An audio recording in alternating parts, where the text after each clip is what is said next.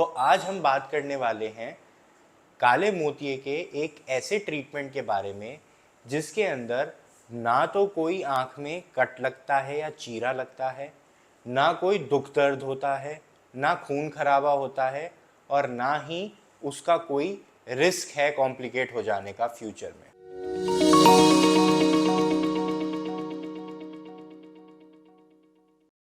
The information shared in this video is curated from available open sources and contains my personal interpretations.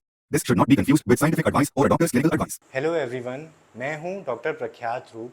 मैं Acura vision clinics रूप नेत्रालय में cataract, cornea और refractive surgery का specialist हूं। ऐसे treatments अब available हैं जिनके अंदर हम काले मोतिये का इलाज बिना कोई तकलीफ दिए पेशेंट को कर सकते हैं और हमेशा के लिए पेशेंट को काले मोतिये के होने वाले नुकसान से मुक्त कर सकते हैं। थोड़ा सा मैं बता देता हूँ कि ग्लोकोमा होता क्या है। हमारी आँख में आँख के जो आई बॉल है यानी आँख का जो गोला है उसको फिलअप करके रखने के लिए, उसको भर के रखने के लिए आँख में एक फ्लूइड बनता है यानी एक द्रव बनता है जिसको हम एक्वस ह्यूमर कहते हैं। ये पानी जहाँ पे बनता है उस जगह से निकल के ये दूसरी एक जगह पे यानी कि हमारी काली पुतली और जो हमारी पारदर्शी पुतली होती है कॉर्निया और भूरी पुतली या काली पुतली जिसको कहते हैं आइरिस, उन दोनों के बीच में से कहीं छन के आँख से बाहर निकल के खून की नाड़ियों में मिल जाता है। तो यानी कि आँख को भर के रखने के लिए एक पानी होता है जो कि कहीं से बनता है आँख के अंदर और जिसको सिलियरी प्रोसेसेस कहते हैं बनने वाली जगह को, और जहाँ से ड्रेन आउट होता है वो समझ लीजिए कि एक छलनी जैसी सी जगह होती है। माइक्रोस्कोपिक लेवल पे एक सीव लाइक स्ट्रक्चर होता है जिसको हम ट्रैबिक्युलर मेशवर्क कहते हैं, जो कि हमारी भूरी पुतली और हमारी जो पारदर्शी पुतली है उन दोनों के बीच में होता है, जिसको हम एंटीरियर चेंबर एंगल बोलते हैं। इस जगह पे ये छलनी जो है ट्रैबिकुलर मेशवर्क जब काम करती है तो ये इस पानी को धीरे धीरे करके आँख से निकाल कर छान कर खून की नाड़ियों में मिला देती है, जिससे आँख के अंदर का प्रेशर मेंटेन रहता है। जब कभी ये छलनी काम करना कम कर दे या ये जो एंगल है यानी कि ये जो रास्ता पानी जाने का है ये बहुत नैरो हो जाए, संकरा हो जाए, तो पानी के छनने का जो रास्ता है उसका रेजिस्टेंस बढ़ जाता है, यानी कि उसमें से आउटफ्लो, आँख से बाहर निकलने वाले पानी का जो फ्लो है वो कम हो जाता है। अब अगर आँख के अंदर पानी भरे जा रहा है लेकिन बाहर नहीं निकल रहा है तो इसका मतलब आँख के अंदर पानी भरता जाएगा और आँख का प्रेशर बढ़ने लगेगा। ये प्रेशर बढ़ने की वजह से जो आँख की नस है उस पर दबाव पड़ता है और नस के जो सेल्स हैं वो डेड होने लगते हैं यानी मरने लगते हैं, और इस बीमारी को हम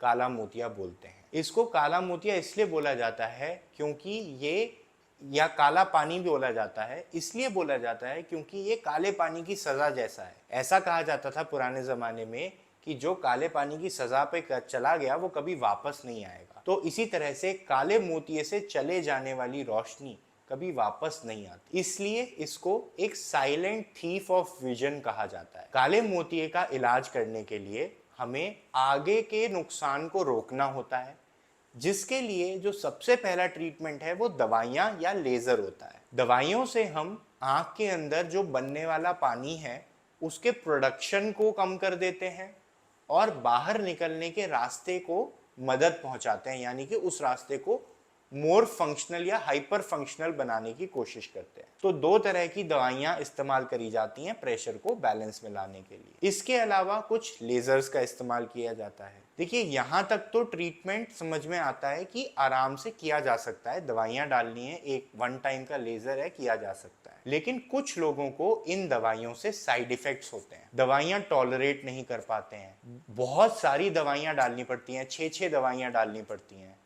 भूल जाते हैं बार बार दवाई डालना, जिसकी वजह से प्रेशर का फ्लक्चुएशन होता है। कुछ लोगों का दवाई डालने के बाद भी प्रेशर कंट्रोल नहीं हो पाता है और नस का डैमेज कंटिन्यू होता रहता है। ऐसे केसेस में हमें उसका सर्जरी करके आँख के अंदर से जो पानी का रास्ता है वो बनाना पड़ता है। इसको पहले जो पुराने तरीके से किया जाता था उसको हम ट्रैबेक्युलेक्टमी कहते थे या ग्लोकोमा फिल्ट्रेशन सर्जरी कहते थे। इसके अंदर हम एक कट लगा के जो आँख की सफ़ेद दीवार है यानी स्क्लेरा है उसके अंदर एक फ्लैप बनाते थे, उसमें एक छेद बनाते थे जिसको फ्लैप से कवर कर देते थे। इसके बाद ये रास्ता एक छोटा सा छेद के फॉर्म में बन जाता था जहां से थोड़ा थोड़ा पानी रिसाव होके बाहर बहता रहता था आँख से, और वो हमारी एक झिल्ली होती है कंजंक्टिवा जिसके नीचे एक फ्लूइड लेक यानी कि पानी का एक कलेक्शन बना देता था, वहां से छन के वो खून की नाड़ियों में मिलता रहता था। इसको हम ट्रेबेकुलेक्टमी कहते थे। इस ट्रीटमेंट को अब सबसे ज़्यादा इजीली करने का जो तरीका है वो है मिनिमली इन्वेजिव ग्लोकोमा सर्जरी। ये क्या होता है? ये बेसिकली मिनिमली इन्वेजिव का मतलब ये है कि हम ये कोई चीरा या स्क्लेरल फ्लैप बनाने का काम या टांके से सिलने का काम ये सब नहीं करेंगे। हम माइक्रोस्कोपिक लेवल पे एक माइक्रो स्टेंट डालेंगे जो कि हमारी ये जो छलनी है यानी ट्रेबेकुलर मेशवर्क है इसके रास्ते को खोल देगा, यानी कि इस रास्ते को बाईपास कर देगा और पानी को रास्ता देगा कि वो स्टेंट के थ्रू होकर सीधा हमारे नेचुरल रूट में यानी कि हमारी खून की नाड़ियों में जाके मिल सके। तो इसको हम कहते हैं माइक्रो बाईपास स्टेंटिंग। इस प्रोसीजर का जो सबसे ज़्यादा पॉपुलर और सबसे ज़्यादा सक्सेसफुल इम्प्लांट यूज होता है उसको हम कहते हैं आई स्टेंट डब्ल्यू। आई स्टेंट डब्ल्यू जो है वो आज की डेट में मिनिमली इन्वेजिव ग्लोकोमा सर्जरी का सबसे ज़्यादा सक्सेसफुल और सबसे ज़्यादा सेफ ट्रीटमेंट है जो हम अपने सेंटर में भी फ्रीक्वेंटली अब परफॉर्म करते हैं। कुछ सालों से ये इंडिया में इंट्रोड्यूस हुआ है और जब से ये हमारे पास आया है हमारे सर्जरी से रिलेटेड जो मॉर्बिडिटी है वो ग्लोकोमा सर्जरी में ऑलमोस्ट खत्म हो गई है। तो क्या होता है ये माइक्रो बाईपास स्टेंटिंग या आई स्टेंट? आई स्टेंट के अंदर हम एक छोटा सा माइक्रोस्कोपिक स्टेंट कैटरैक्ट सर्जरी के साथ साथ ही आंख के ट्रेबेकुलर मेशवर्क यानी जो छलनी है जहां से पानी को बाहर बहना है जो ब्लॉक हो गई है उसमें स्टेंट डाल देते हैं। उससे एक बाईपास चैनल बन जाता है यानी छलनी खुल जाती है और उस रास्ते से पानी फ्लो होके हमारी नेचुरल आउटफ्लो चैनल्स के अंदर जाने लगता है और आँख का प्रेशर नॉर्मलाइज हो जाता है। ये हार्डली 2 मिनट का प्रोसीजर है, इसमें कोई पेन नहीं होता है। क्या एडवांटेजेस हैं आई स्टेंट को करने के, इसके बारे में थोड़ा डिटेल से जानते हैं। सबसे पहला एडवांटेज ये है कि इसके अंदर सेफ्टी ऑलमोस्ट 100% है। अगर हम बात करें पुराने ट्रेबेकुलेक्टमी प्रोसीजर की तो उसमें सर्जन एक्सपीरियंस के हिसाब से धीरे धीरे करके एक लंबा लर्निंग कर्व होता है जिसके बाद भी एटलीस्ट 10% कॉम्प्लिकेशन रेट होता ही है। अगर हम बात करें आई स्टेंट डब्ल्यू की तो इसका कॉम्प्लिकेशन रेट यानी कि ऐसे कॉम्प्लिकेशंस जिनसे विजन को खतरा हो सकता है या आंख में कोई और नुकसान हो सकता है उनका रेट लगभग 0 है। दूसरी बात, ऑपरेशन के बाद होने वाली सूजन, दर्द, दुख, खून का जो धब्बे आ जाते हैं, ये सब दिक्कतें जो कि ट्रेबेकुलेक्टमी में कट वाले सर्जरी में हुआ करती थी वो आई स्टेंट में नहीं होती है, यानी कि अगले दिन ही आंख बिल्कुल नॉर्मल दिखाई देती है। तीसरी बात, हम काम पे बहुत जल्दी वापस लौट सकते हैं।